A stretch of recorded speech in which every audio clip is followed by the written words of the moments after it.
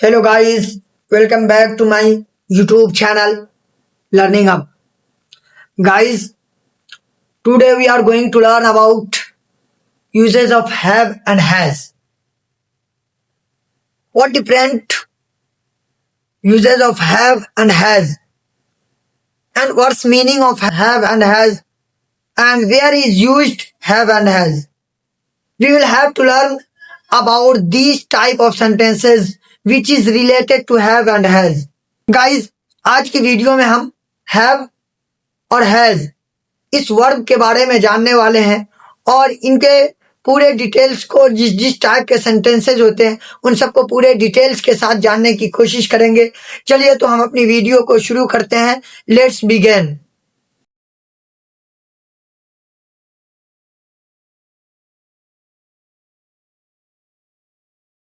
जी हाँ गाइज, तो हम अपनी वीडियो को शुरू करते हैं।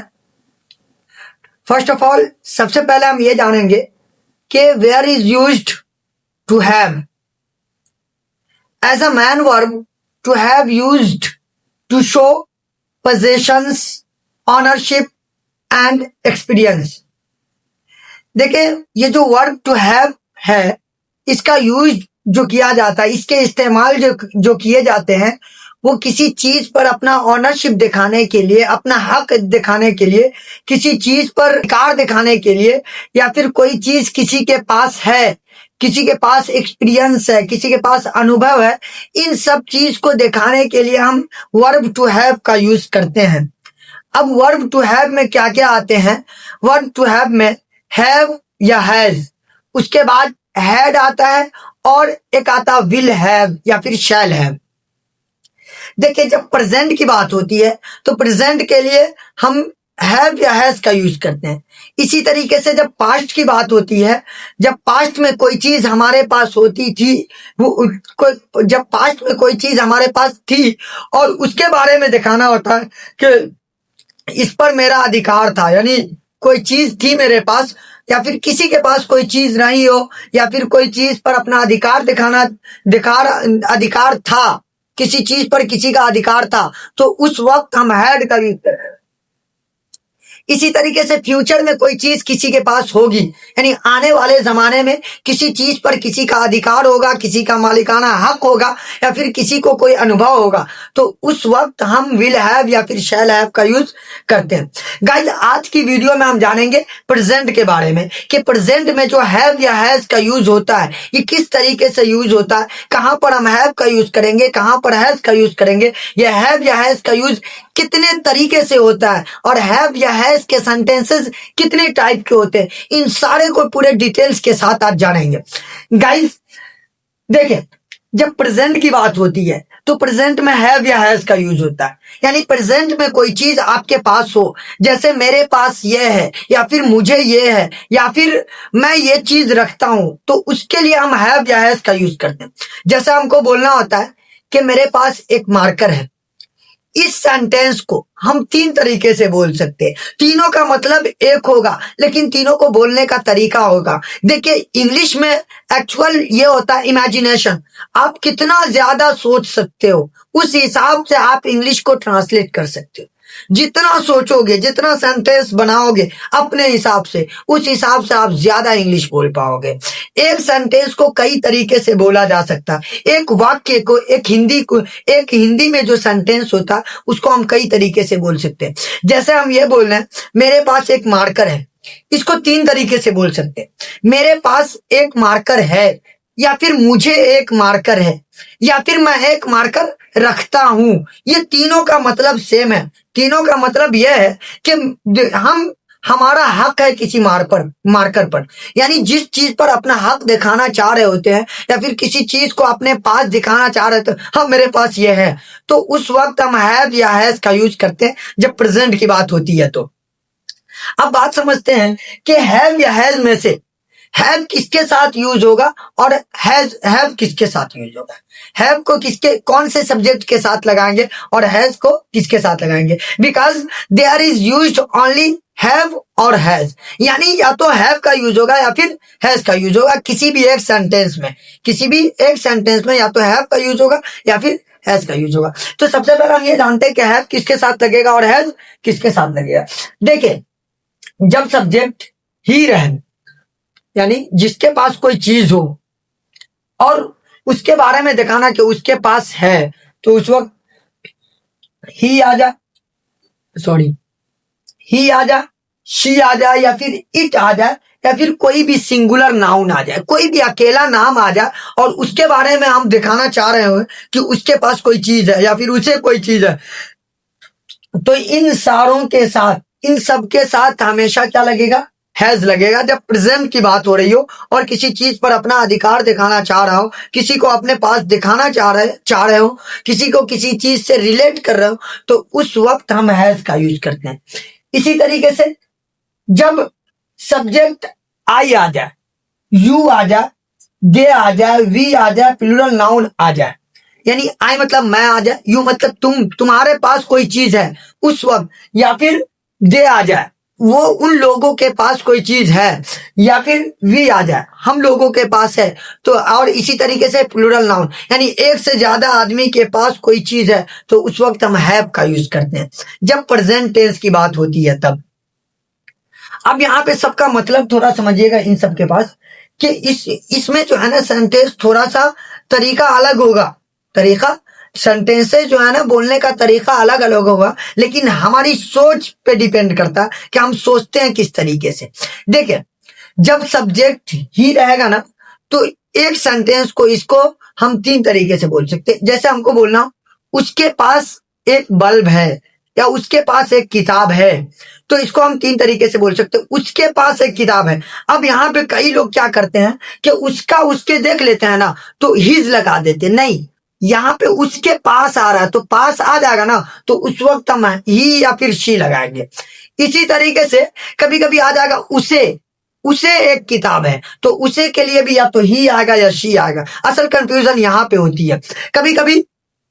अब इसको हम तीन तरीके से बोल सकते हैं। जैसे हम बोले उसके पास एक किताब है, उसे एक किताब है, या फिर वह एक किताब रखता है। एक्चुअली यहाँ पे माना समझना, वह एक किताब रखता है, तो वह एक किताब रखता है ना, इसीलिए हम यहाँ पे या तो ही यूज करेंगे या फिर शी यूज करेंगे। अगर से लड़का के पास है तो ही यूज करेंगे और लड़की के पास है तो शी यूज करेंगे। तो इस कंफ्यूजन को आप दूर कीजिएगा कि उसके पास आ जाए, उसके पास, उसके, तो उसके के लिए हिज नहीं लगाइएगा, या तो ही आएगा या फिर शी आएगा।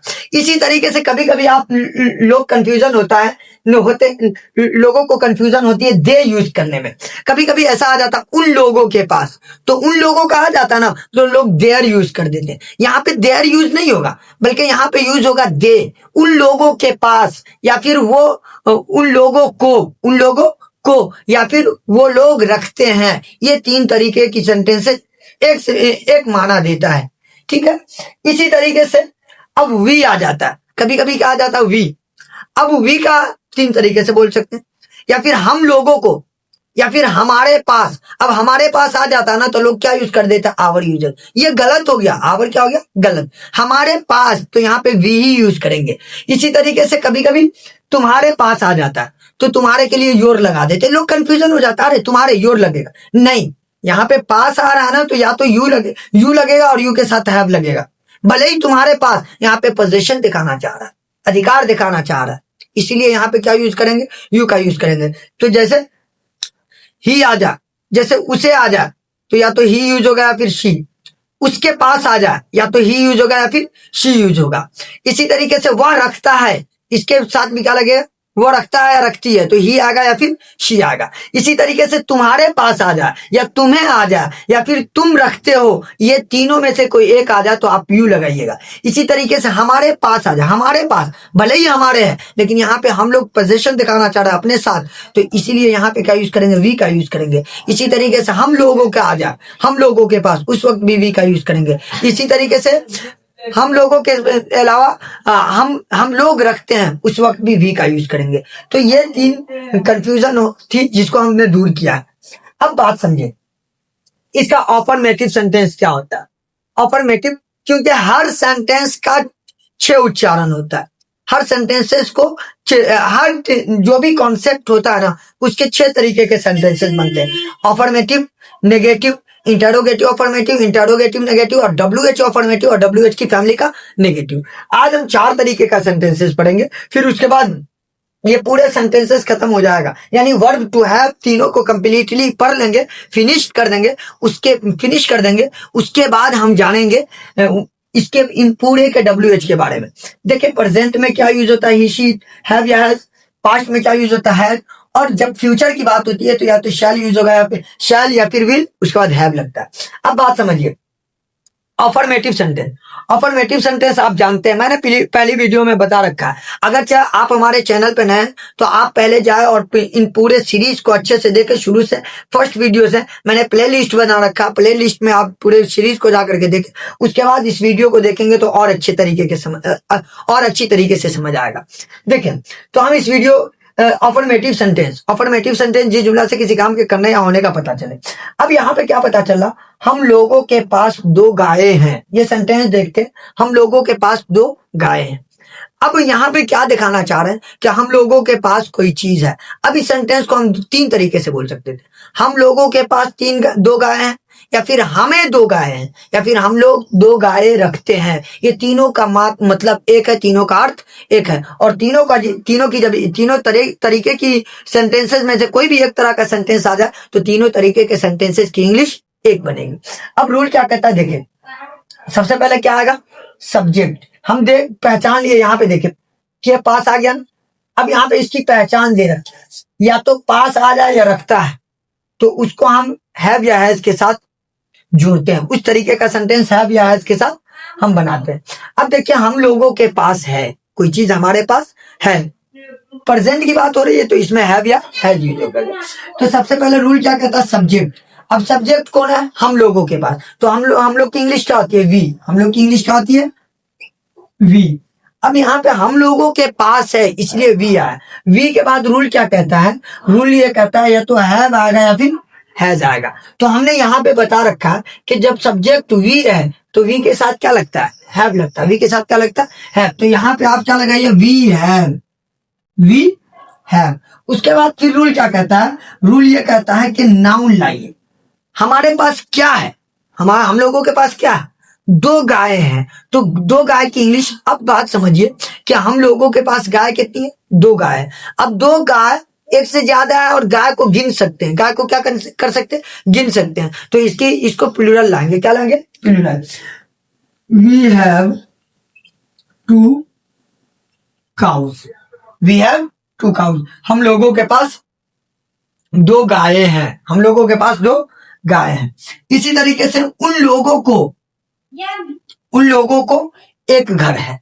उन लोगों, देखिए यहाँ पे आ गया ना उन लोगों, तो कितना लोग कंफ्यूजन में रहते हैं, क्या यहाँ पे देयर यूज होगा, क्या देयर यूज होगा, नहीं, यहाँ पे उन लोगों के पास, देखिए पोजीशन दिखा रहा है ना, तो इसीलिए यहाँ पे दे यूज होगा। क्या यूज होगा, हमने पहले बता रखा है। तो दे, उन लोगों के पास का क्या आएगा, दे। सब्जेक्ट आ गया दे के बाद या तो हैव लगेगा या फिर हैज लगेगा। तो दे के साथ क्या लगेगा, हमने पहले बता रखा है, यहाँ पे दे के साथ क्या लगता है, यहाँ पे दे आया ना, दे के साथ हैव, तो रूल के साथ दे हैव। उसके बाद नाउन, उन लोगों के पास क्या होगा, एक घर होगा, they have a house, they have a house. उन लोगों के पास एक घर होगा। इस तरीके का आप बहुत सारा सेंटेंसेस बोल सकते हैं। मेरे पास एक घड़ी है, आई हैव अ वॉच। मेरे पास एक्सपीरियंस है, आई हैव एक्सपीरियंस। मेरे पास एक मार्कर है, आई हैव अ मार्कर। मेरे पास एक बोर्ड है, आई हैव अ बोर्ड। या फिर हाँ एक बात और, मुझे भी आ जाना कि मुझे ये है, मैं अपने साथ किसी चीज का अधिकार दिखाना चाहता हूं, तो उस वक्त भी क्या मुझे आ जाए, फिर भी हम क्या यूज करेंगे, आई। अब लोग समझते हैं कि अरे मुझे की तो इंग्लिश मी होती है, तो यहाँ पे मी लाएंगे, नहीं, यहाँ पे हम सब्जेक्ट बन रहे हैं, यहाँ पे हम सब्जेक्ट बन रहे हैं, फाइल बन रहे हैं, यहाँ पे काम करने वाला। हम किसी चीज को जोड़ रहे हैं अपने साथ, तो वो चीज हम जिस चीज को जोड़ा जाता है वो सब्जेक्ट बनता है। जैसे मेरे पास है, मुझे है, या फिर मैं रखता हूं, तीनों एक तरीके का सेंटेंस। मुझे एक बल्ब है, आई हैव अ बल्ब। मुझे एक फोन है, आई हैव अ फोन। मुझे एक घर है, आई हैव अ हाउस। मुझे एक दरवाजा है, आई हैव अ डोर। इसी तरीके से हमको बोलना हो कि तुम्हें, या फिर तुम्हारे पास, या तुम लोगों को, तुम्हें एक घर है, यू हैव अ हाउस। तुम लोगों के पास एक घर है, यू हैव अ हाउस। इसी तरीके से हमको बोलना हो कि तुम्हारे पास एक घर है, तो यू हैव अ हाउस। तुम्हारे पास एक घड़ी है, यू हैव अ वॉच। इसी तरीके से तुम्हारे पास एक जूता है, यू हैव अ शूज। तो इस तरीके से हम पूरे अफर्मेटिव सेंटेंस को ट्रांसलेट करते हैं। अब आप जितना इमेजिन करें, जितना सोचे और जितना सेंटेंसेस बनाएंगे, उतना फायदा होगा। क्योंकि जब तक आप कोशिश नहीं करेंगे, you won't able to speak English language, because to speak English you have to do practice. तो अगर आप इंग्लिश बोलना चाहते हैं ना, तो प्रैक्टिस और इमेजिनेशन बढ़ाएं, सोच को बढ़ाएं, थिंकिंग प्रोसेस ज्यादा लंबा होनी चाहिए, ज्यादा हाई होनी चाहिए। अब इसका नेगेटिव सेंटेंस, नेगेटिव सेंटेंस क्या कहता है? नेगेटिव का मतलब पहले समझे। नेगेटिव का मतलब ये होता है कि किसी काम, किसी चीज के न होने का पता चले, ठीक है। जैसे उसे हिम्मत नहीं है, उसे हिम्मत नहीं है। नेगेटिव सेंटेंस दिखा, नहीं होने का पता चला, किसी के पास कोई चीज नहीं है, तो ये नेगेटिव सेंटेंस है। अब यहाँ पे उसे दिख रहा ना, उसे का मतलब ये होता है या तो कोई लड़का होगा या फिर कोई लड़की हो, या तो कोई लड़का होगा या फिर कोई लड़की होगी। तो जब लड़का होगा तो उसके लिए या तो उसके लिए ही आएगा, और कोई लड़की होगी यानी हम दिखा रहे हो कि अरे उसे हिम्मत नहीं, बात करते हैं ना कि अरे उसे ये चीज नहीं, उसे हिम्मत नहीं है, तो या तो लड़का है तो ही, और लड़की है तो शी आ जाएगा। अब देखिए सब्जेक्ट, सब्जेक्ट यहाँ पे कौन है? उसे का मतलब वो हिम्मत नहीं रखता, वो हिम्मत नहीं रखता, तो इसीलिए यहाँ पे क्या आएगा? ही आएगा। और यहीं पे लड़की होती तो क्या आता? शी, वो हिम्मत नहीं रखती है, शी। तो उसे के लिए यहाँ पे क्या लाएंगे? ही। हाँ, एक चीज और, अब रूल क्या कहता है कि या तो डू आएगा या फिर डज आएगा। क्या आएगा? डू या तो डज। आप बात समझिए कि डू किस, या डू और डज में से किसके साथ डू लगेगा और किसके साथ डज लगेगा। तो देखें, जिसके साथ हैव लगता है, यानी जिस सब्जेक्ट के साथ हैव लगता है उसके साथ डू लगेगा। यानी आई के साथ, यू के साथ, दे के साथ, वी के साथ, और कोई प्लूरल नाउन आ जाए तो उसके साथ क्या लगेगा? डू लगेगा। लेकिन जब सब्जेक्ट ही आ जाए, शी आ जाए, इट आ जाए, सिंगुलर नाउन आ जाए, तो डज लगता है। बस इतना फर्क है कि डज किस वक्त लगेगा? जिसके साथ हैज लगता है उसके साथ डज लगाइए, जिसके साथ हैव लगता है उसके साथ डू लगाइए। अब यहाँ पे जैसे ही, अब ही के साथ बताइए, ही के साथ हैज लगता है तो ही के साथ क्या लगेगा? डज लगेगा। तो ही के बाद क्या लगाइए? Does, he does. उसके बाद फिर रूल क्या कहता है? डू या डज लग गया तो क्या लगेगा? Not, he does not, he does not. हाँ, इसको जब हम कॉन्ट्रैक्शन फॉर्म में लिखते हैं ना तो क्या लिखा जाता है? ओ सॉरी, ही डजंट। क्या लिखते हैं? He doesn't, he doesn't. उसके बाद फिर रूल क्या कहता है कि हैव लगाइए। अब जैसे डू या डज लग गया ना, अब फौरन हैव लगाइएगा। डू या डज के बाद अब हैव हैज का दिक्कत नहीं है। डू या डज लग गया ना, हैव लगाइए। अब हैज का दिक्कत नहीं है, क्योंकि हैव या हैज की जगह पे क्या आ गया? डू या डज आ गया। क्या आ गया? डू या डज। ही डजंट या ही डज नॉट हैव, उसके पास क्या नहीं है? उसे हिम्मत नहीं है, तो he does not have courage, he does not have courage. उसके पास हिम्मत नहीं, ठीक है। इसी तरीके से हमको बोलना हो कि उसके पास घर नहीं है, तो लड़की हो तो यहाँ पे क्या लगाइएगा? She doesn't have a house. उसके पास किताब नहीं है, she doesn't have a book. उसके पास कलम नहीं है, she doesn't have a pen. अब इसी तरीके से हमको ये बोलना होता कि उन लोगों के पास किताबें नहीं है, उन लोगों के पास किताबें नहीं है, तो उन लोगों की इंग्लिश यहाँ पे दे लगाते, यानी वो लोग के पास, यानी वो लोग नहीं रखते हैं, तो उन लोगों के लिए यहाँ पे क्या इंग्लिश लाएंगे? दे। अब दे के साथ क्या लगता है? डू। दे डोंट, क्या आ जाएगा?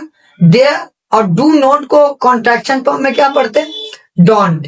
They don't have books. अब यहाँ पे बुक्स आया क्यों, क्योंकि एक से ज्यादा है, दे डोंट हैव बुक्स। इसी तरीके से हमको बोलना हो कि हमारे पास घर नहीं है, तो वी डोंट हैव हाउस। इसी तरीके से हमको बोलना हो कि हमारे पास फोन नहीं है, तो वी डोंट हैव फोन। इसी तरीके से हमको जैसे बोलना हो कि हमारे पास इंक नहीं है, तो वी डोंट हैव इंक। अब इसमें एक और सेंटेंस है, तुम्हारे पास कलमे नहीं है, तुम्हारे पास, तो तुम्हारे आया ना तो लोग कंफ्यूज हो जाता है, अरे योर लगा दे क्या, नहीं, यानी तुम्हें कलमे नहीं है, तुम्हें कलम नहीं है, ठीक है। तो तुम्हें या फिर तुम नहीं रखते हो, तो उसकी इंग्लिश तुम्हें, यहाँ पे तुम्हारे देख करके तुम लोग कंफ्यूज मत हो जाना, डायरेक्ट यहाँ पे क्या लगा, यू। यू के बाद सब्जेक्ट के बाद रूल क्या कहता है, डू या डज, तो यू के साथ देखे, यू के साथ क्या लगता है, यू के साथ डू लगता है, यू के साथ डू, तो आप यहाँ पे क्या लगाइए, यू डू।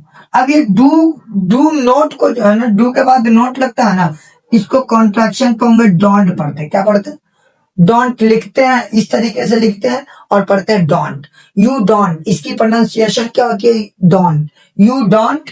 उसके बाद फिर रूल क्या कहता है, हैव लगाइए, क्या लगाइए, यू डोंट हैव। कलम, कलम की इंग्लिश पेन। अब एक से ज्यादा है तो पेन्स आ जाएगा, क्या आ जाएगा, you don't have pens, you don't have pens, तुम्हारे पास कलमें नहीं है, हमें कुछ नहीं है। अब इसको थोड़ा सा समझिएगा, हमें कुछ नहीं है, ठीक है। तो हमें कुछ नहीं है को इसको दो तरीके से बना सकते हैं, इसको या फिर डायरेक्ट नेगेटिव के फॉर्म में कन्वर्ट कर सकते हैं, या फिर इसको ऑफर्मेटिव के फॉर्म में कन्वर्ट कर सकते हैं। बस जैसा हमको बोलना हो कि हमें कुछ नहीं है, अब जैसे हमें कुछ नहीं है तो इसको एक तरीके से इस तरीके से बोल सकते हैं कि वी, और वी के साथ क्या लगता है, कुछ नहीं की इंग्लिश होती है नथिंग, कुछ नहीं की इंग्लिश क्या होती है, नथिंग। वी हैव नथिंग, हमें कुछ नहीं है। लेकिन यहीं पे हमको बोलना हो कि नेगेटिव फॉर्म में, जैसे ये वाला इस रूल के हिसाब से कन्वर्ट करना हो, तो हमको क्या बनाना पड़ेगा, we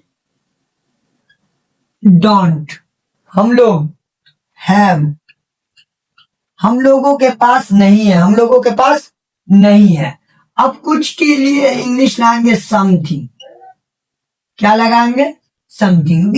we don't have something, we don't have something. तो देखिए डायरेक्ट इसको अगर चाहे ऑफर्मेटिव वाले इसमें कन्वर्ट करना है तो we have nothing, we have nothing. लेकिन इसको इस रूल के हिसाब से बनाना तो वी डोंट हैव समथिंग।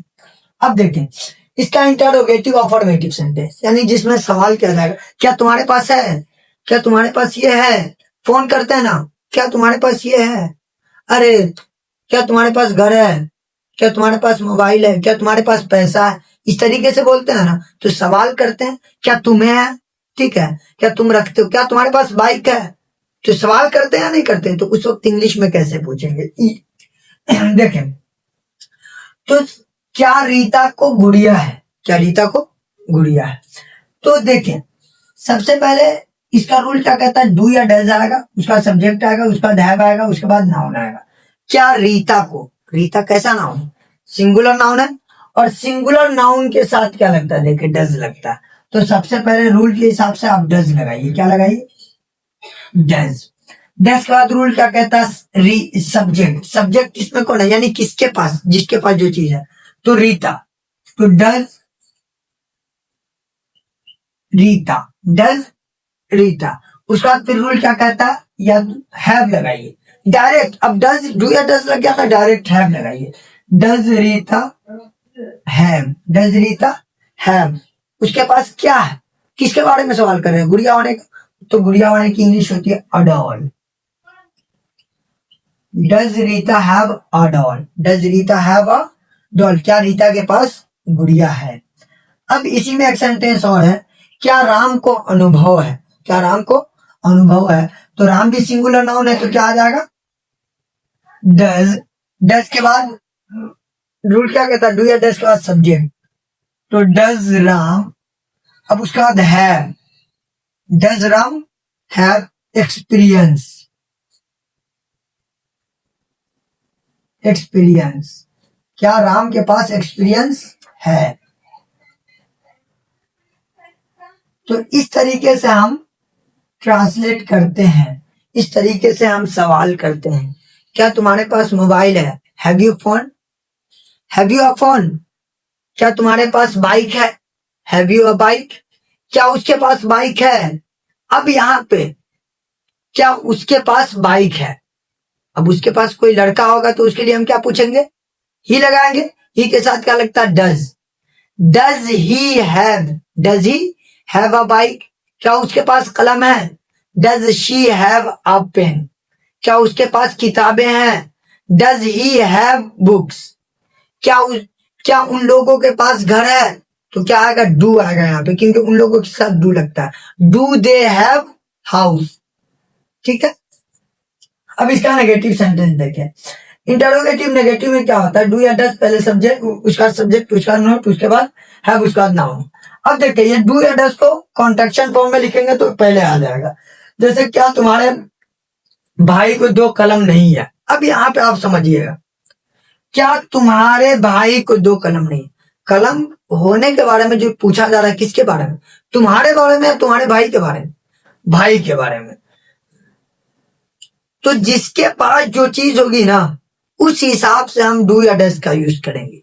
तो यहाँ पे किसके पास है, असल में तुम्हारे पास होता है ना, तुम्हारे पास, तो उसके लिए क्या लगाते, डू। लेकिन तुम्हारे भाई है तो तुम्हारा भाई सिंगुलर नाउन हुआ, और सिंगुलर नाउन के साथ क्या लगता, डज लगता है।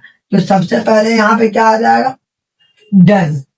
अब डज को हम मिला करके क्या लिख सकते हैं, डजंट। अब डू या डज आ गया, उसका रूल क्या कहता है, सब्जेक्ट। सब्जेक्ट यहाँ पे कौन है, तुम्हारा भाई है, तुम नहीं हो, तुम्हारा भाई है, तो तुम्हारे भाई के लिए क्या लाएंगे, your brother. Doesn't your brother have. उसके बाद क्या तुम्हारे भाई के पास क्या नहीं है, 2 कलम नहीं है, तो 2 कलम की इंग्लिश क्या हो जाएगी, 2 pens. Doesn't your brother have 2 pens. अब यहाँ पे बात समझिए कि यहाँ पे डजंट इसलिए आया क्योंकि यहाँ पे जो चीज, पेन किसके पास नहीं है, तुम्हारे भाई के पास नहीं। अगर तुम्हारे आता ना तो इसके लिए डू लगाते। जैसे हमको बोलना हो कि क्या तुम्हारे पास 2 कलम नहीं है, तो यहाँ पे डू आता, क्योंकि तुम्हारी बात हो रही है। यहाँ पे पेन किसकी बात हो रही है, तुम्हारे भाई के पास, तो तुम्हारे भाई के लिए हम क्या लाएंगे, डजंट आएंगे, डज लाएंगे। और अगर से तुम्हारे भाई लोग आ जाता ना, वहां पे डोंट लगाते, क्योंकि वहां पे नाउन जो आ जाता, जिसके सिंगुलर प्लूरल नाउन आ जाता, इसलिए वहां पे क्या लगाते, डोंट। Don't your brothers. अब यहाँ पे क्या आया, क्यों आया डोंट, क्योंकि एक से ज्यादा भाई है। Don't your brothers have 2 pens. क्या हमारे पास 1 कलम नहीं है, तो don't we have a pen. क्या हमारे पास घर नहीं है, डोंट वी हैव हाउस। इसी तरीके से हमको बोलना हो कि क्या राम के भाई के पास पंखा नहीं है, तो यहाँ पे राम का भाई सिंगुलर है, राम को नहीं देखना, या जिसके पास जो चीज है वो। तो doesn't Ram brother, sorry, doesn't Ram's brother have a pen, have a fan. Doesn't Ram's brother have a fan. इस तरीके से हम ट्रांसलेट करते हैं। क्या हमारे शिक्षक को समय नहीं, यानी क्या हमारे शिक्षक के पास टाइम नहीं है। तो देखिए हमारे शिक्षक, यहाँ पे हमारी बात नहीं हो रही बल्कि शिक्षक की बात हो रही है, तो शिक्षक यहाँ पे सिंगुलर है तो क्या लगेगा, डज लगेगा। तो डजंट। अब डजंट के बाद रूल क्या कहता है, सब्जेक्ट लगे। सब्जेक्ट कौन है, हमारा टीचर, तो our teacher, doesn't our teacher. उसके बाद क्या आ जाएगा rule, have. Doesn't our teacher have time. क्या हमारे शिक्षक के पास टाइम, समय नहीं है। तो इस तरीके से हम कोई भी सेंटेंस को वर्ब टू हैव के प्रेजेंट में ट्रांसलेट करते हैं। ये सेंटेंसेस आपके लिए है, आप इसको बना करके दिखाएंगे। उम्मीद करते हैं कि आपको वर्ब टू हैव से रिलेटेड सारे डाउट क्लियर हो गए होंगे। अगर वीडियो अच्छी लगी हो तो एक मर्तबा लाइक जरूर कीजिएगा और अपने दोस्तों तक जरूर शेयर कीजिएगा। Thank you watching.